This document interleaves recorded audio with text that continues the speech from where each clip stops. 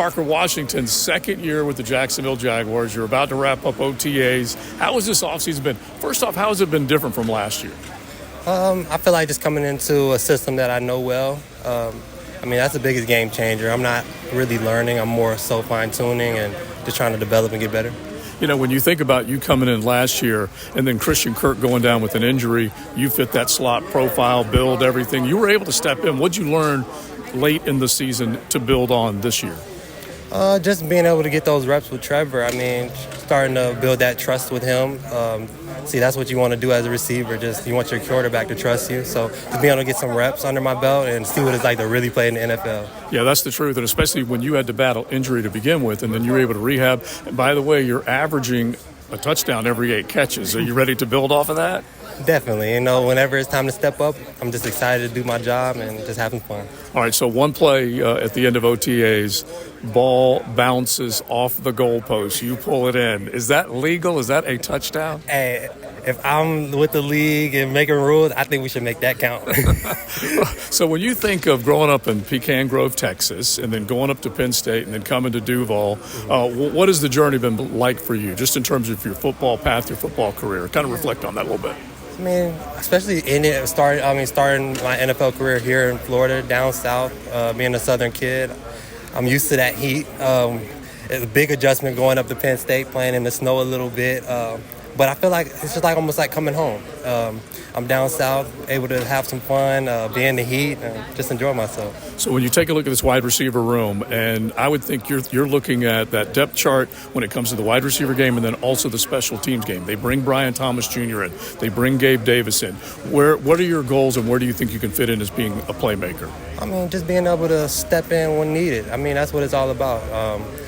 Just by realistically, you already know it's going to be Brian Thomas, Gabe Davis, Christian Kirk as our starting receivers. So just if I need to step up in any situation, get somebody for a breather, that's just my role right now. And I'm excited to embrace it and have some fun. So, Parker, when you think of Trevor last year versus this year, what are the differences in terms of his preparation that you've seen in this offseason? You said Trevor? Mm-hmm. He's just embracing that leadership role even more. He already been doing that. He's been doing a great job at it. And I feel like he's just out here having more fun, more comfortable, and I'm excited for him. Okay, what can you tell difference-wise between the offense last year and this year? And I'm suggesting that Doug Peterson has put more hands on it this year, more of a we've got to make sure we score points when we need to. What have you noticed from the coaching staff? Just more emphasis, as far as the details, ball security, just real detailed in all our plays. That's really important. I had a fumble last year. I got to clean that up. Just little things like that.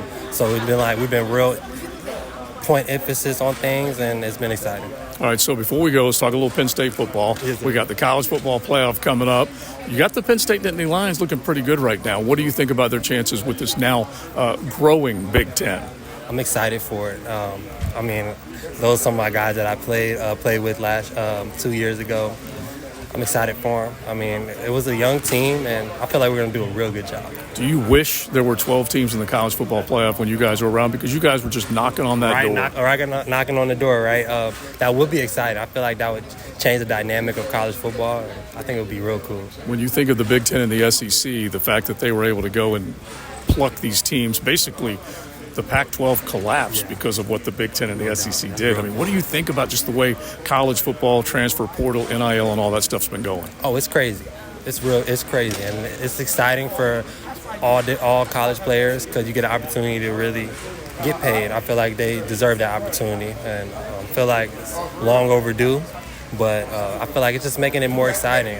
But I feel like the real thing with this, we're going to see who really loves football and who's just only playing for money. So I feel like it will expose both worlds. It's true.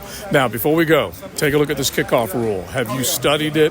What has Heath Farwell, your special teams coordinator, told you about the kickoff rule? Kind of give us an idea. It's just going to be a lot of returns. It's going to be a lot of returns. There's no more fair catching. So I feel like it'll bring more excitement back to it.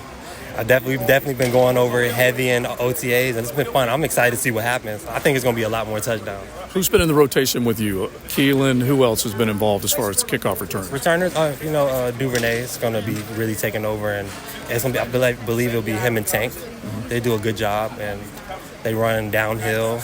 Great players. I'm excited to learn from them and see what happens. Parker, very good OTAs. Enjoy the offseason. Yes, sir. I appreciate you. Thank you.